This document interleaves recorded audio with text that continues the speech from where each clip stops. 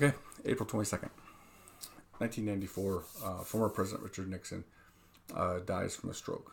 He'd had a stroke a couple days before, slipped into a coma, and then died on the 22nd of April 1994, almost exactly 20 years after he had resigned office of the presidency. Post-presidency, he'd received the pardon. Gerald Ford initially wanted him to write like a memo of apology or a memo of admitting fault. But Nixon refused. He did not see how he had done anything wrong. Ultimately, Ford consented, and the pardon was issued without any a full and free pardon from all crimes. Nixon fell into some hard financial times.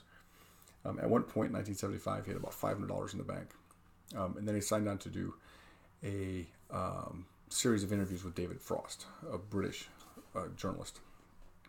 And the company paid him almost $3 million in today's dollars to do these series of interviews. They were wildly popular.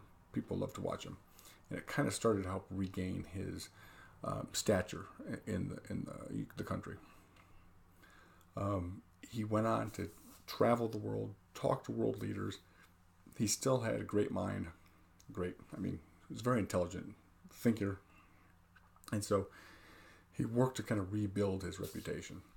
Authored 10 books after his presidency. And in some people's minds, he did, in fact, kind of recover what he had lost with the Watergate scandal as a great intellectual and an international statesman. So that's what I have for today. 1994, Richard Nixon dies on April 22nd.